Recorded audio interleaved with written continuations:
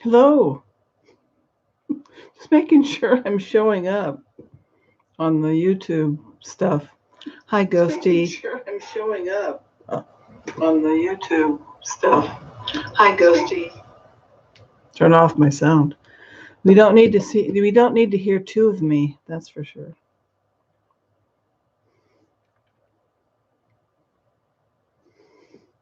Hey, Cupie.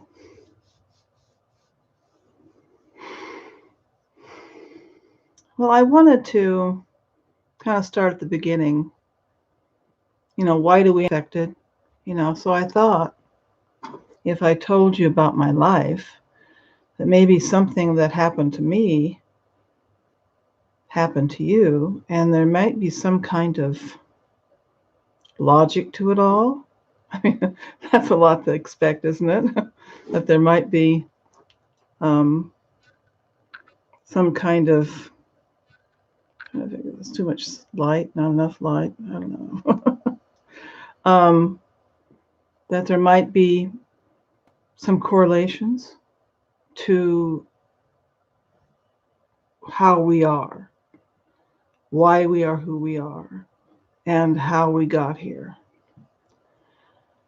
When I was, there's no logic to it. I don't think there is, but I think there might be some kind of connection that we have that we don't know we have, that there's something going on that we're just not figuring out. Because, as we go along, we're learning more and more.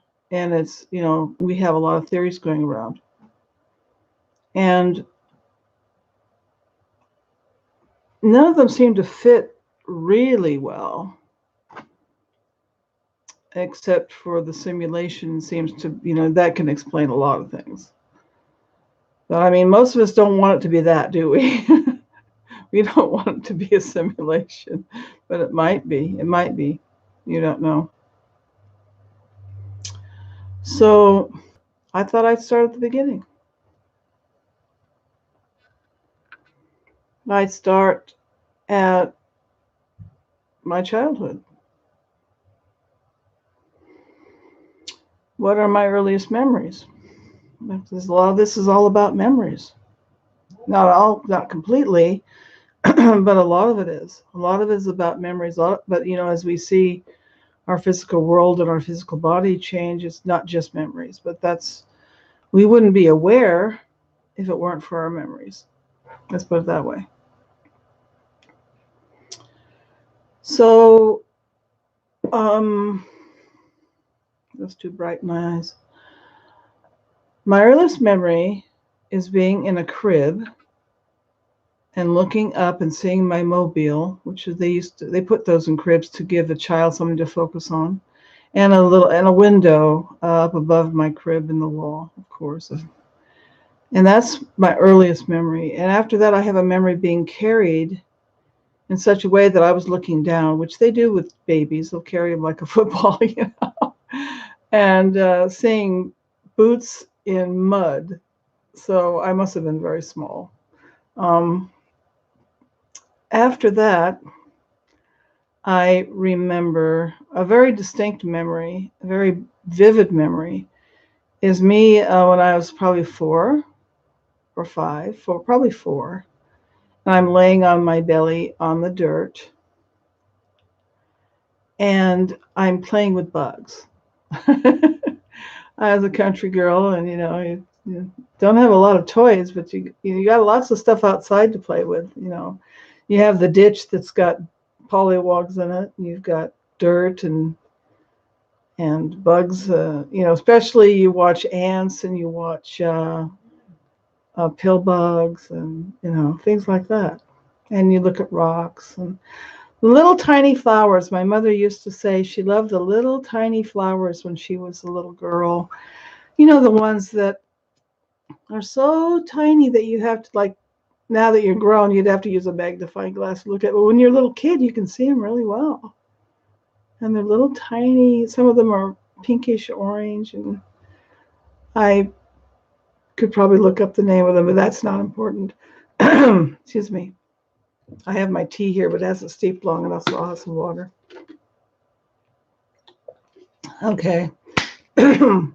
So, what do I remember? Why do I remember this vivid experience looking at bugs in the dirt as a very small child? I think it's because it's the first time that I consciously remember talking to someone that wasn't there.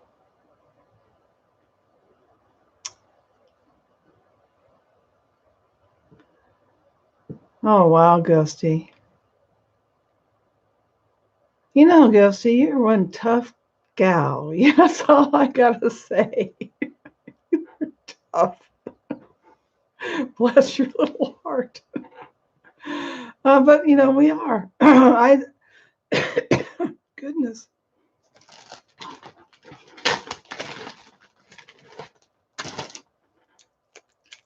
Ricola. Of course, I'd lose my voice, right? When I start talking about things that are important, right? And that always happen. And Benjamin's going, "What the hell?" in the other room. Anyway, so why do I remember this moment? Because it's an important moment. I'm talking to somebody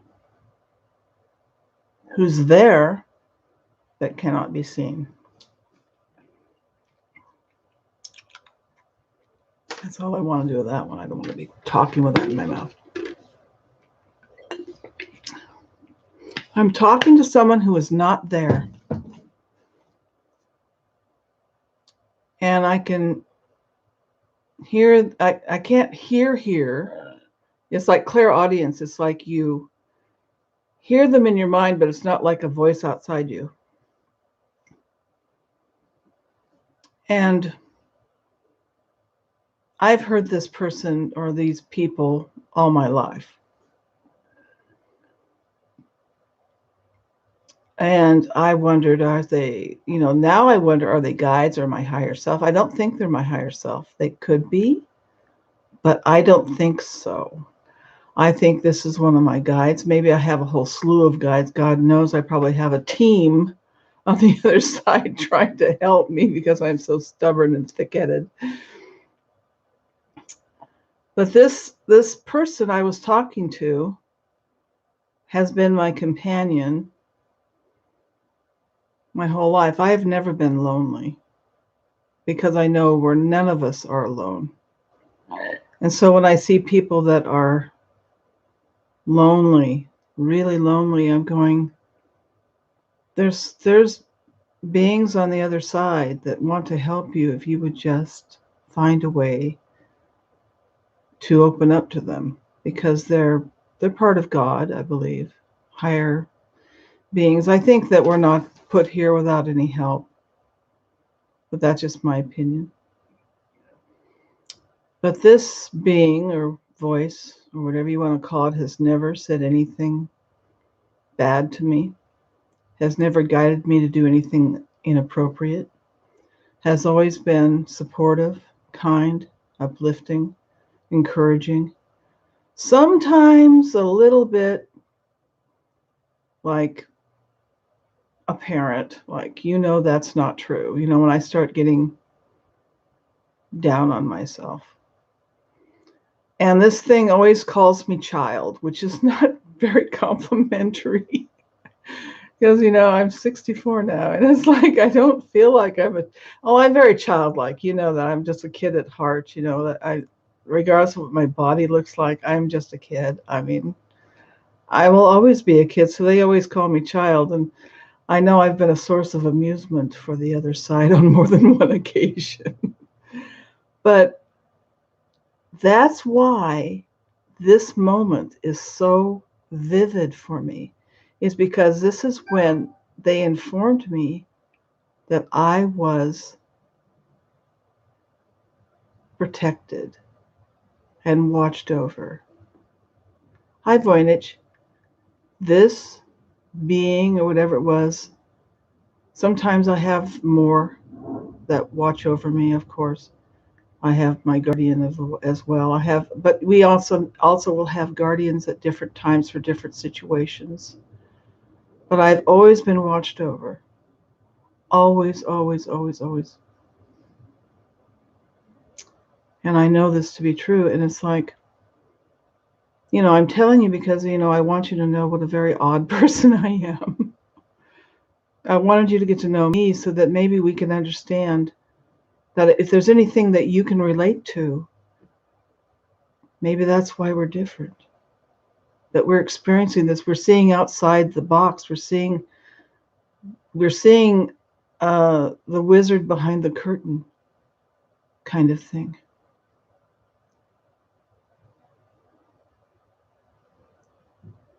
And we're stubborn. I think that's one thing that we all share is we are stubborn. But we're also strong. That stubbornness is a two-edged sword. It can be a blessing or a curse. It's just like anything else, any other ability. It can go either way.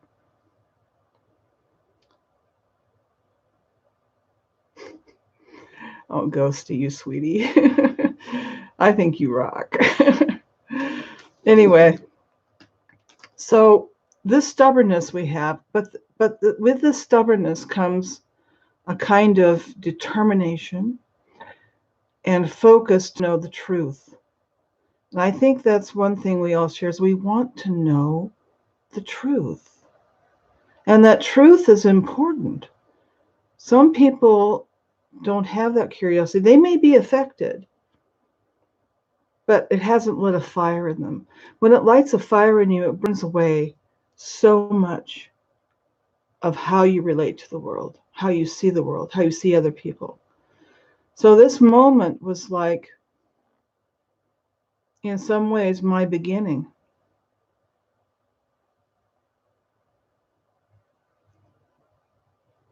It's my beginning of my journey. Where was I in regards to the Emmy at that time? 1959, 60, somewhere in there. That's a long time ago, trust me. What was that the beginning of? It was the beginning of very strange things that happened in my life and still happen from time to time.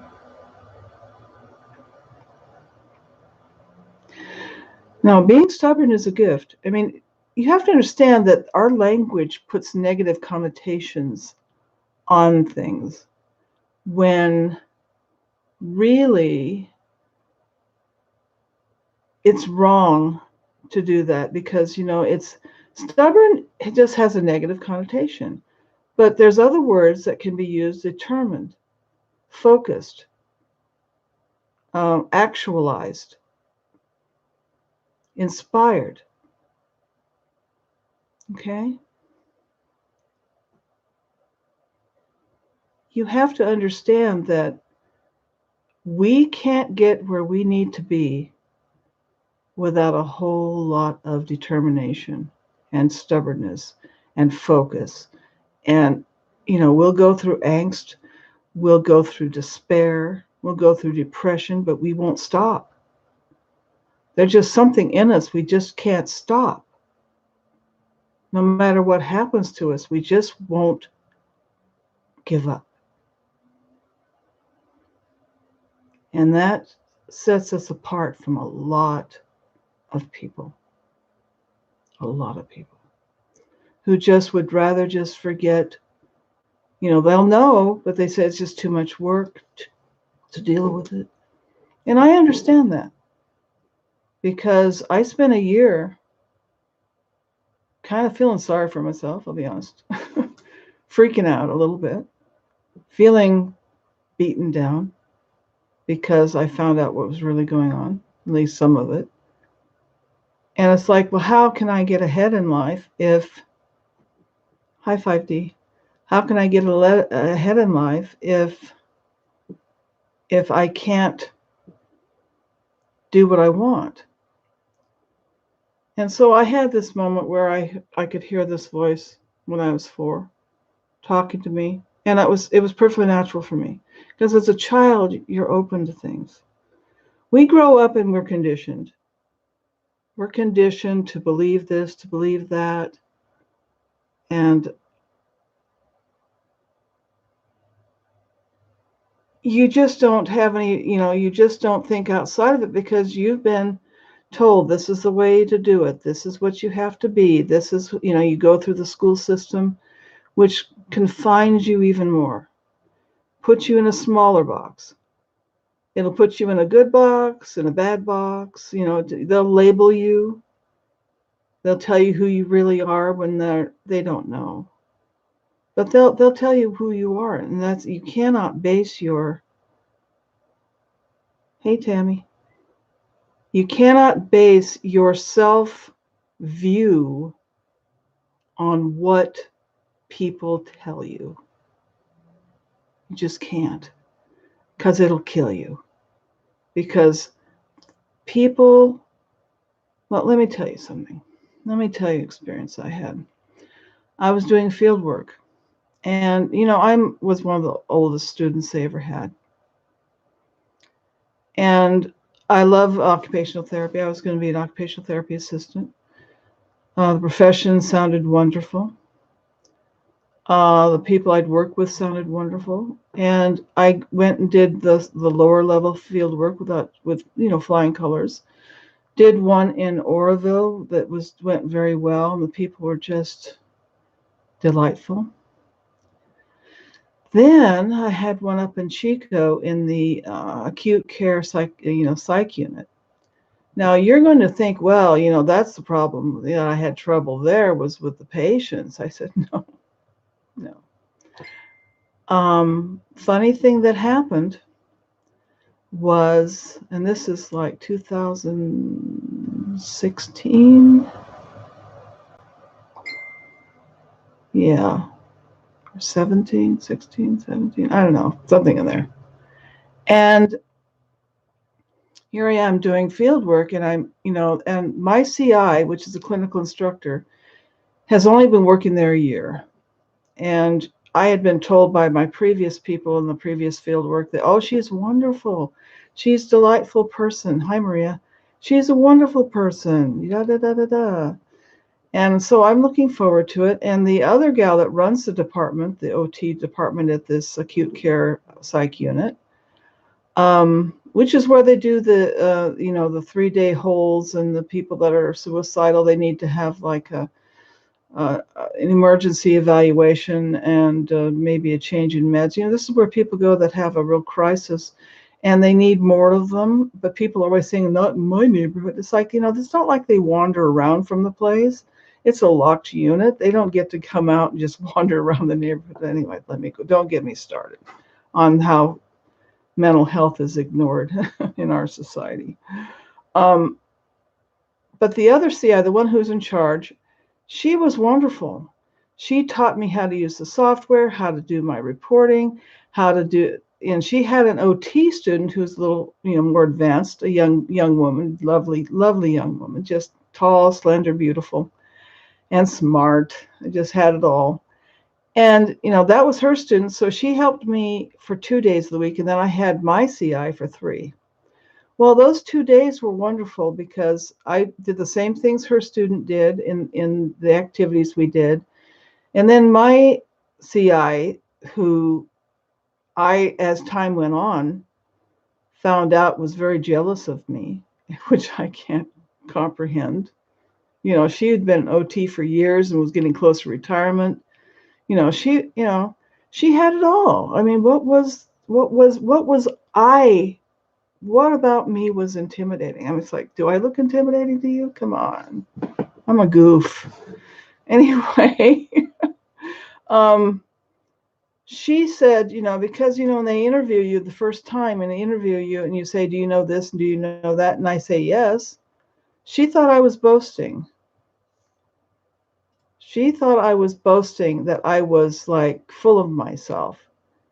And I was being honest because I do have a lot of experience in a lot of things due to family and stuff like that. I'm very, and I have a husband who's bipolar who was extremely abusive for many years that is now, because of mental health intervention and medication, doing pretty well. I'm not going back to him, but and I'm sorry about that, but you know, it's awfully hard to go back to your abuser. I'm just not, I don't know, maybe I'm just not forgiving enough. I don't know. I just can't do it. The trust is gone. And you know how trust is a very precious thing. Plus, in some ways, I don't think he's the same person, because of the shifting. So he's like a stranger to me, really. Anyway, this woman, I would do things just like the boss. The boss didn't like her, by the way, on top of it. I do things just like the boss and would want me to for my other CI, and it would be all wrong. She set me up so she could get rid of me, so she could go on vacation, because she thought I'd only be there 6 weeks, and she'd planned her vacation on the 7th, but I was going to be there 8 weeks, so she had to get rid of me before she had to go on vacation, which she did very effectively, okay? She set me up. I did what she said, and because I did what she said, I got in trouble. But I mean, I really wasn't in trouble because I packed up my rented room, came home, just broken. And I meet with my fieldwork coordinator teacher at City College, and she says, do you want to go back for the last 2 weeks? Apparently, I had been dismissed inappropriately, and I wasn't supposed to be dismissed. But as my mother, my wise mother, always said, and I don't know if you'll agree, never go back. Never go back. Always go forward. Always go forward. So I said, no, I'd like to work with children. So I ended up working at a private OT clinic for mostly homeschooled kids. The gal that I worked with was wonderful, wonderful gal. And then I worked some of the days up at a school in Forest Hill with an older woman who I'd heard was absolutely wonderful, absolutely wonderful. And this woman, whose mother had just died, was going through a lot, but still, I can honestly tell you, I've never met a woman with colder eyes than she had. I swear she had eyes for blood. She was so disregarding and lacking in empathy for those kids. And we had kids on various levels of autism. There were twins that were very, very, very autistic. And they were just beautiful boys. And I loved them. I loved the way they saw the world, but it's a big challenge for a parent. I mean, it really is. They're really, really a handful. But they're beautiful spirits. But hello, Paul. She, she was kind of rough. And there was one boy who we learn about sensory sensitivity and sensory. Some kids will be sensory sensitive. They won't be autistic per se, or on the spectrum as they call it now. They'll be sensory sensitive. I had a daughter like that, a baby. Anything too loud, just car ride, she'd scream all the way home. Most children go to sleep, but she's sensory. Even today, she is still sensory sensitive. And I think she needs a weighted blanket. If you're one of these people that really has trouble winding down because of your jumbled nervous system, get a weighted blanket or put a bunch of blankets on you or have your dog sit on you. Why do you think we love our animals? They put weight and pressure on us, and it's comforting. Okay? There's a real thing going on here. But this kid, was sensory seeking. And when he was having trouble, he had issues at home. I think his parents were fighting a lot or something. And we have these swings they can get on. He would get on this rope, hang upside down, and spin. Now, this was for him comforting. And instead of finding out, why he was like this, or she just starts yelling at him, insisting he gets off, and it escalates to the point where he's hiding behind something, and she's calling his father. And the kid is absolutely terrified.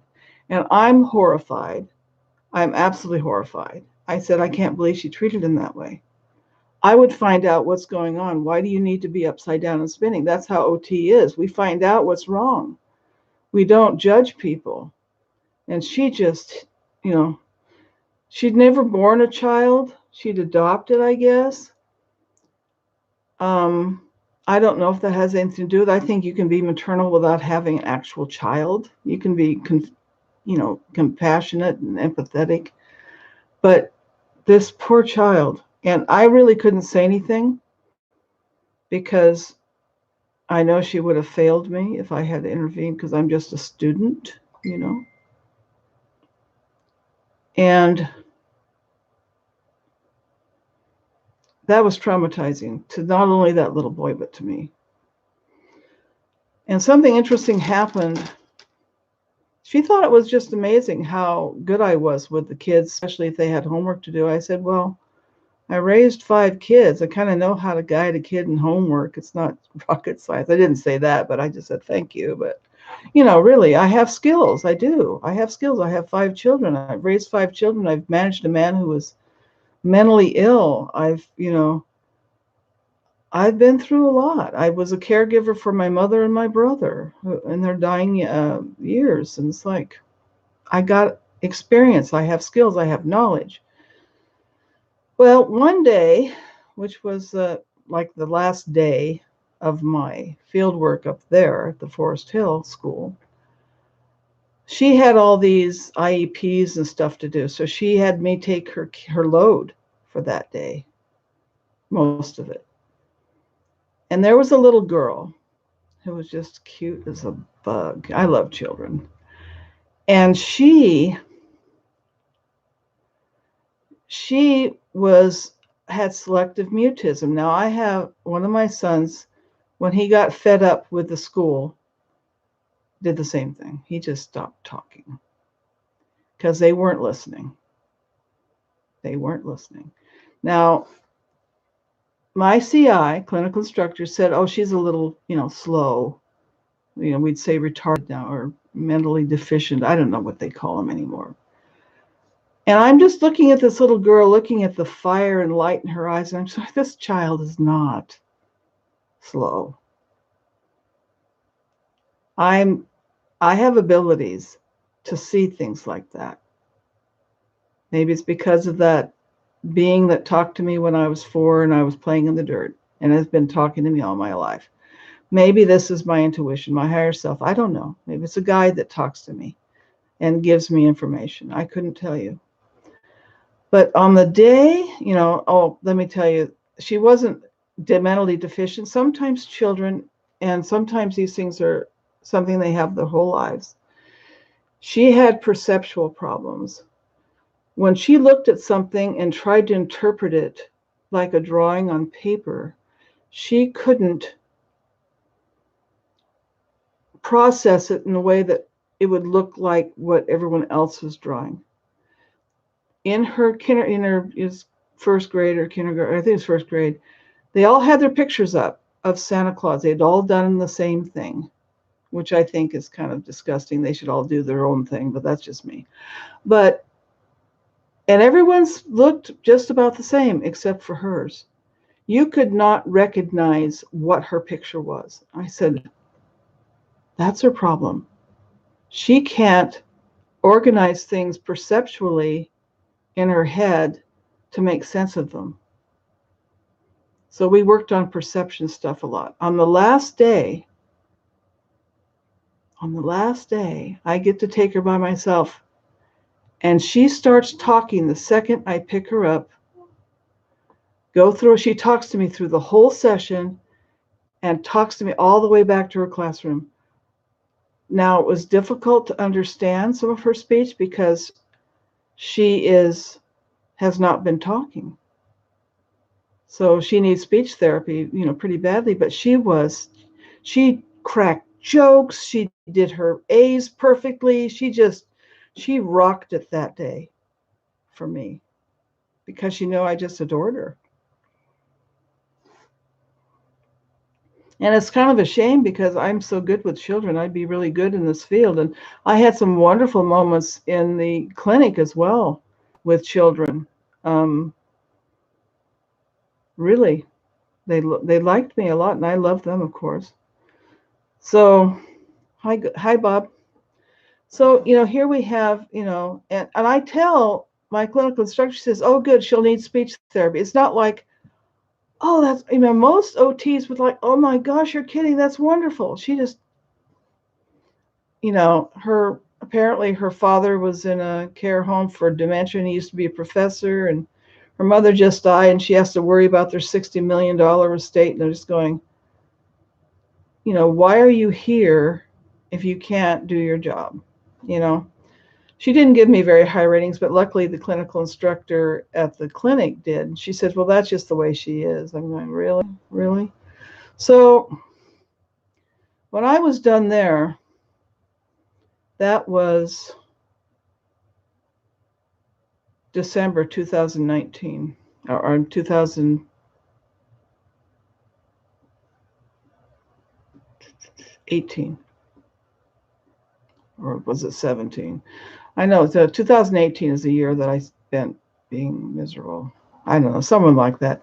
And I was supposed to study and take the board exam, okay? And I didn't have it. This experience with the two CIs that were so heartless and cruel just stressed me out so badly and racked my worldview so badly that I couldn't really function. And so I got online. I got online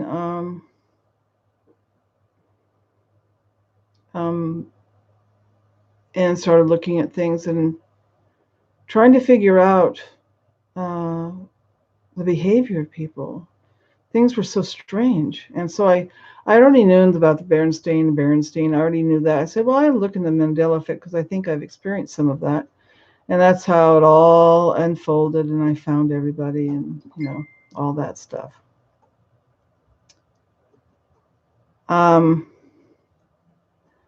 So that's that. That's how I got here.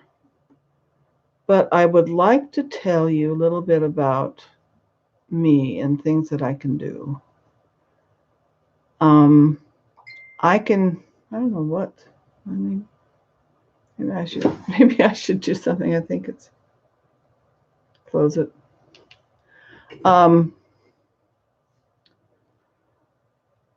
I can find something another person loses and they don't even have to tell me they lost it.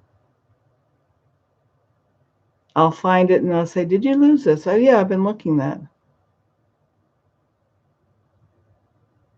My dad, one time, I was visiting him at his shop where he was a gunsmith and a machinist, and, he used to shoe horses and stuff. I knew all the tools when I was little. And I found something, and it was in a really strange place. He says, oh, I knew you'd find that. I mean, my brother would lose something in the lawn, and I'd find it. He says, oh, I was looking for that. I knew you'd find that. Apparently, the family knew that I had this particular gift. But you know what? If I lose something, I miss so well. It's like, that's not fair. You know how that is.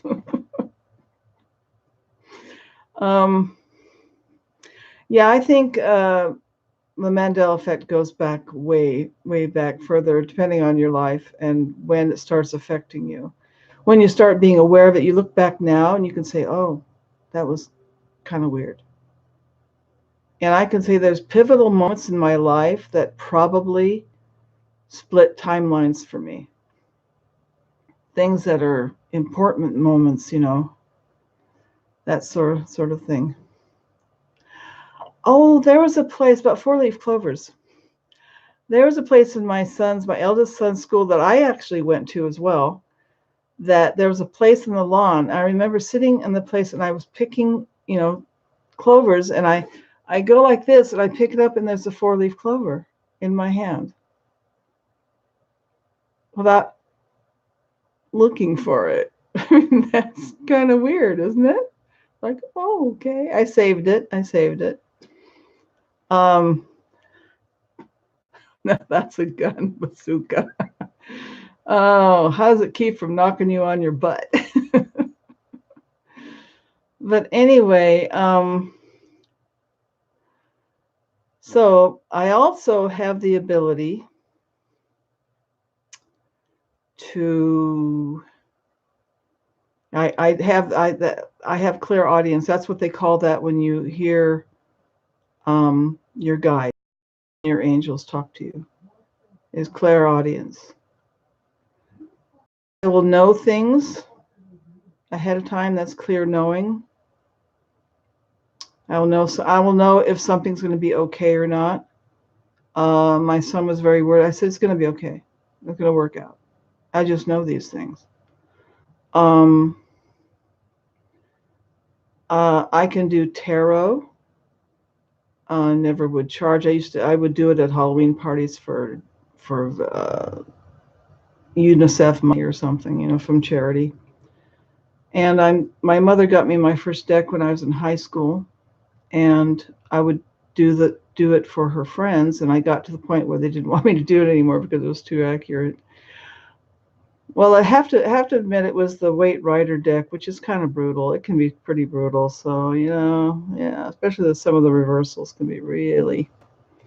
A lot of people don't want to hear the truth.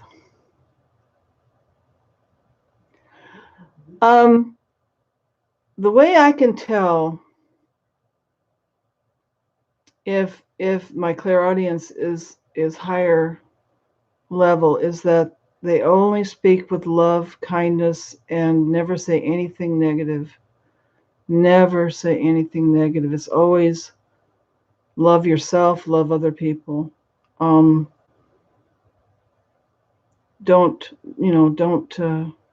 beat yourself up. Be kind to yourself. Be kind to others. That's always the message.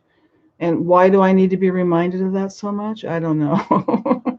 Especially that I need to be reminded to love myself. And I think that's a pretty positive thing. I don't think that could be. Plus, I'm very sensitive. I'm very sensitive to negative energies. People that are not having the best experience in life, and they've taken the wrong path, so to speak. And I'm very empathetic. I can feel their, not literally. I have a friend who's in my Reiki. I do Reiki as well. My Reiki group, she's Filipino, and she was a massage therapist. She'd actually physically feel their pain. She was such an empath. Although I have had some experiences that are very much along that line, where I actually feel what the other person's feeling. And they have to be someone that I care deeply for. I had a dear friend whose uncle had died, and this uncle had been like a father to him because his father had died quite young. And I was getting ready to bed, and I started feeling so upset. Hi, Claire. I was feeling so upset. It was just horrible. It was like someone had taken my heart out and stomped on it. I just felt so bereft. And I immediately knew, I said, this isn't me, then I'm not feeling this. This is somebody I know. And I had to kind of logically go through, who could it be? Who could it be? Who could it be? Who do I know that and I realized, I had to ask my guides, is it this? Is it this? Is it this? And it says it's your friend so-and-so. And I said, is it his mother? I said, So it's his uncle. Is that my higher self saying? I don't know. But I knew it was uncle, and I called him and I left a message and I said, "Are you all right?" He already knows I'm psychic because when he got married, I made a quilt for him in the very colors of their bedroom, and I didn't know. So, you know, it's a gift, or depending on how you look at it. Um, so I knew his uncle had died, and his uncle was like his world. You know, he loved his uncle so much. And I had another event where someone that I'm more recently connected to on a spiritual level was eating something that I didn't know he was eating. But I messaged him. I said, I feel like I'm on fire, like I'm under, the hottest desert sun. My whole body is like cooking. And I'm way past the hot flash thing. I never really had hot flashes, not really. So I messaged him. I said, I'm just horribly hot all of a sudden. He says, well, he says, well, I'm eating, hot wings. I said, really? And he shows me a picture and it has like 3 tubs of the hot sauce. And he says, I'm burning up too. And he says, I have to turn the fan on. And it's like we're just like roasting. And that was, I'd never had, not in recent years, that experience where I felt the same thing another person felt. It was so bizarre. But that's empathy on a whole nother level.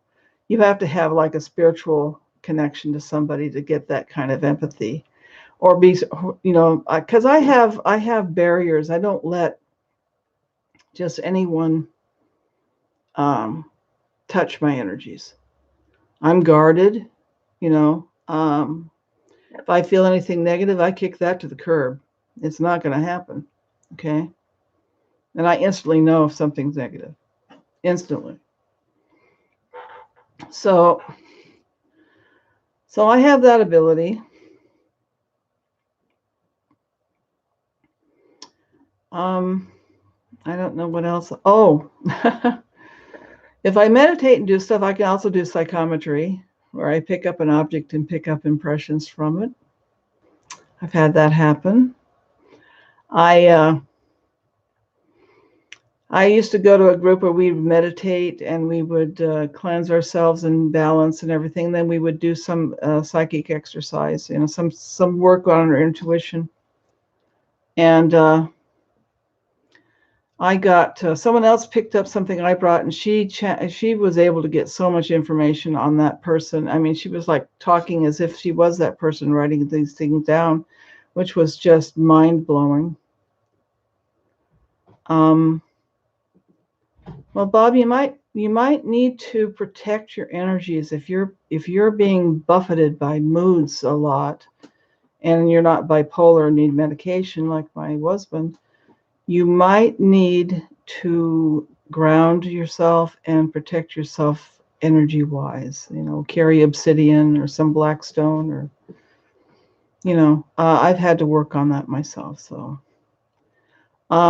anyway. So I got a dog tag to hold on to, and I immediately, well, then it's energies. Other people's energies are affecting you. You're an empath, and you might look at the video I did on how to protect yourself when you're sensitive. Anyway, I hold this dog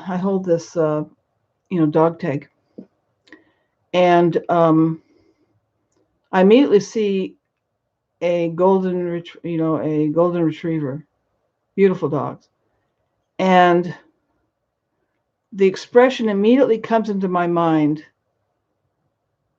wag more, bark less, as the message for his owner, which I thought was interesting. Not only did I get the right kind of dog, exactly, but she said her dog rarely barked and wagged his tail all the time. So, was that real? I I don't know how I know. There's lots of kinds of dogs. Oh, I don't know. So, I mean, but I haven't been working on my spiritual gifts a lot. I'm working on a little more because um, I'm being encouraged to do more of that so I can be of more service to my fellow man. So I can help more people if I'm more intuitive and more connected to my higher self, that I can be a better service to others. So, so I thought I would tell you a little bit of how strange I am. As for my Mandela effect, yes, you have to find your own island of compassion, peace, and protection. These days, it's very brutal out there. It's brutal out there. And if those of us that are affected by the ME often have to fight for every little thing. Just, it's just not, although things are going pretty well for me, but it's been a long time coming. Long, years and years and years, 20, 30 years. Finally, things are starting to fall into place. It's like, wow, that took a long time. Okay. I'm older than most of you. I hope that your time, that you don't have to wait as long as I did for things to start coming together a little bit. Not perfectly, but certainly better. But I think when I started coming back into investigating the ME, I think I didn't know anything about the Kennedy assassination's changes. And when I saw that, I'm just going, what the H? I knew then that I was one of this community, and I'm just going, wow. That explains so much as I learned more and more. And I asked my guides, I said, why did you let me go through this OTA program and not be able to do it as a job? And I got two answers. One was because knowledge is always good. And the second answer was the ones you helped were only people that you could help, that you were the one who could help them the most. So we put you there. When I worked with the psych, the acute care psych, the nurses liked me. The doctors thought I was great. Only person who didn't like me was my CI. The patients were so grateful to me and liked me so much. And it's like, somehow I wasn't there for me. You think you are, but you're not. I was there for other people. When I worked with the kids, I helped some kids that I was the only one who could really help them.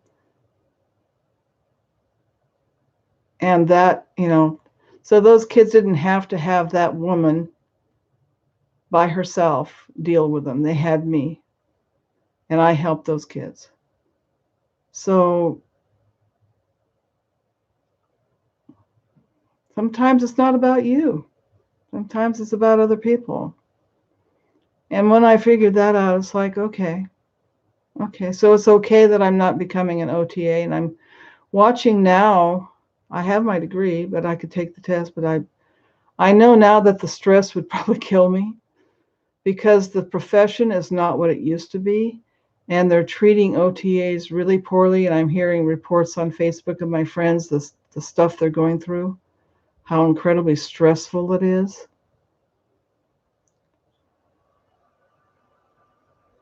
And so, I mean, I said, well, and then I wondered, well, what can I contribute now? And I was, oh, you should have a YouTube channel. I'm going, well, do I have anything to say? Do I have anything to contribute? And I hope I do. I hope I have something to contribute, that I am occupational therapy assistant. Occupational therapy is a wonderful profession, does wonderful things for patients, and our medical system is basically screwing them and the patients by limiting how much treatment they get from OT. OT is what helps you be able to go home and function. It teaches you how to adapt so that you can do the things you love to do that had meaning for you. And it's powerful.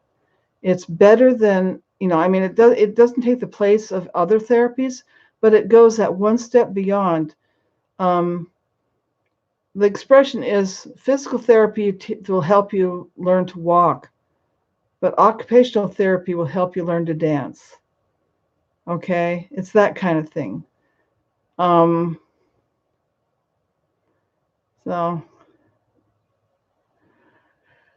as for flat Earth, I don't know.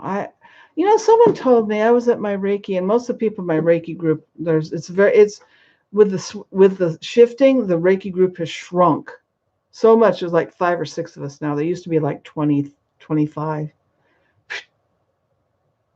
People stopped caring. Anyway, one guy said that he had someone tell him the Earth was like this, with water on the outside and water coming through, and then land here on each side of the water. And I thought that was an interesting idea for how the Earth might be shaped. That's really unique. I don't know. The way I look at it, if this is a simulation, or if we're time traveling, or if we're shifting quantum realities, I don't really care what the shape of the Earth is. And it's not going to change the fact that I'm affected. It's not my thing. And, I don't blame other people for investigating. It's interesting. But it's not something that it's not my calling. Let's just put it that way. It's not my calling. I don't think it is. I'm not quite sure right now what I'm supposed to be doing to help people. So I'll have to do some meditating and prayer and all that stuff to find out what I'm supposed to be doing, so I can be more open to higher energy speaking to me and inspiring me. So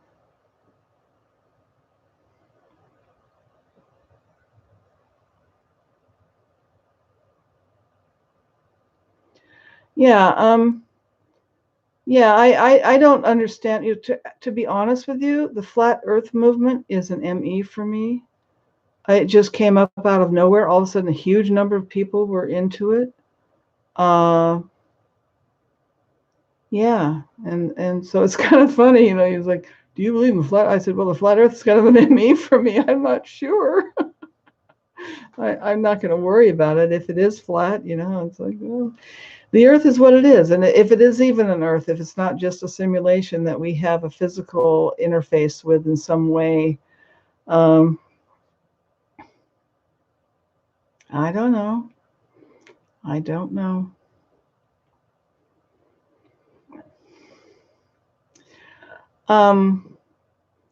The world is a funny place, and I will tell you some more, as I go through life. I will tell you some things that have happened to me.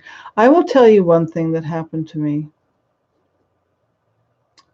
I was pregnant with my first child, and I was just about due. I was probably 9 months, and I was sleeping on the couch at my mother's house, and I sense this tall young man standing next to me. It's like I could almost see his shadow. It was like a shadow in my mind. I could see his outline. And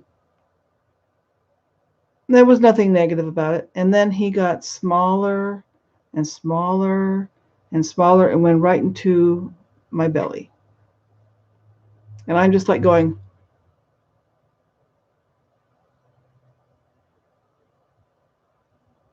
he was coming to stay. I think they visit during the gestation process, but they don't connect completely until right before birth, maybe. I don't know. I couldn't tell you. But I just immediately felt like I shouldn't have seen that. But I have abilities, so hard to hide some things from me. And the funniest thing, after he was born, I'm holding him, and his father, my first husband's there. And my baby, who's just not even an hour old, is looking up to the ceiling and starts jabbering. You know, some kind of words. Like, oh, I forgot to say something, you know. And yeah, yeah, I am not kidding you. He's and it's like he's a newborn. And he's focusing. They don't even do that as newborns. He's focusing and he's talking to someone. To someone.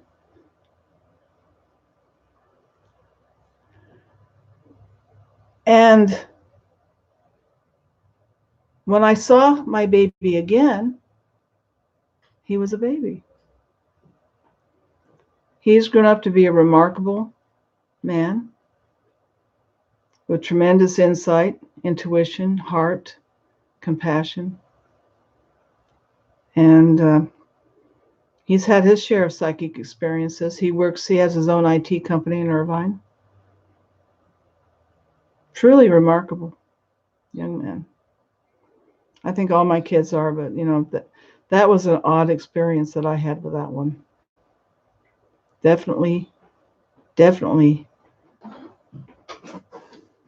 Now you be kind to each other. You know, you got to put up with each other, man. You got to be patient with each other. You catch more flies with honey than with vinegar. Didn't your mom ever tell you that? Be kind to one another. I'm going to sign off. Keep asking questions. Be curious. Be stubborn. But most of all, be kind to yourself. And there's no winning or losing. There's only surviving, it seems. Surviving, you know, it's like I'm not falling. I'm not flying. I'm falling with style. Oh, hi, Joanne. You all take care and be good to each other. Be good to yourselves. And if you have anything weird happen, you know, let us know next time because I'm going to be talking more weird stuff. No, I won. It's my stream. Thank you for coming. Oh, you want a story? Well, maybe I can look up a story. I probably have one somewhere. Oh, I can do one about my mother, a real story. One's real quick. When I was a baby, I was like 1 year old. Our house burned down. Lost all the quilts, all the china, all the beautiful heirlooms of the family. My sister grabbed me. My brother grabbed his stamp collection, which I have to this day. And my mother was quite frantic, and she wanted to go in because inside one of the rooms, under a desk, was a box that had all our private papers in it. And at least important ones, you know, really important ones. Not maybe all of them, but most of them. And she was going to go in and get them. This house is burning, okay? I mean, it may not be completely burnt, but I mean, you don't go into a burning house unless there's a human being that you think you can save and you know, have the ability to do so. I wouldn't recommend it though. Leave that to younger, stronger people because I'm sure it would kill me too. I'm not the young person I was, but my mother was a young woman. She was relatively young. She was probably 40, and she was a wiry, thin lady. And she was going to go back inside, and two big strapping farm boys grabbed a hold of her. This is in the country, and wouldn't let her go. Now she's outside this window of the room she wants to go in to get this box, this metal box, I guess it is. And she wouldn't, you know, they wouldn't let her go. Well, something very strange happened. And I don't know if it was her own ability that created it or if it was a divine intervention, combination of the two. Because we have a very psychic family. But this box appeared in the window that she was in the room that she was going to go get this box. It appeared in the window, and apparently was flung to her feet.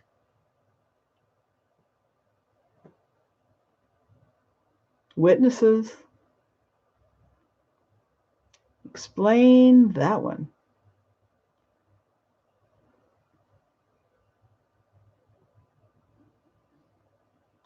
Well, pancakes are flat and round.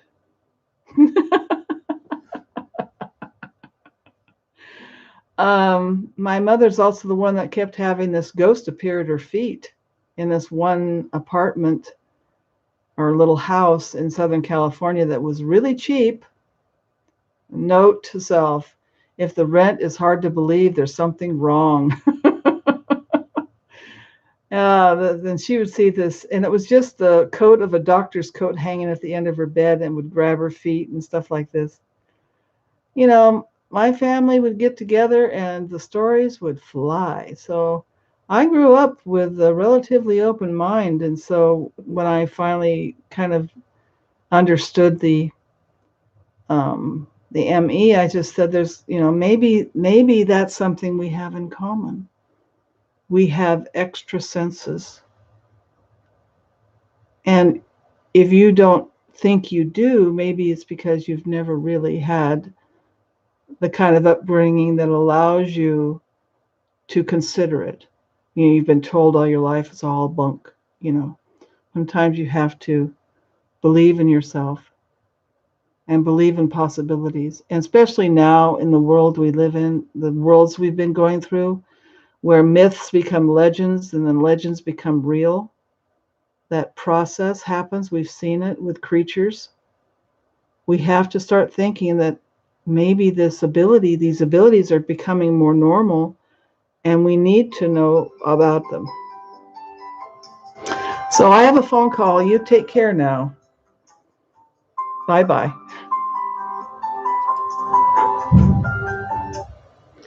Hello? Just fine. Yep.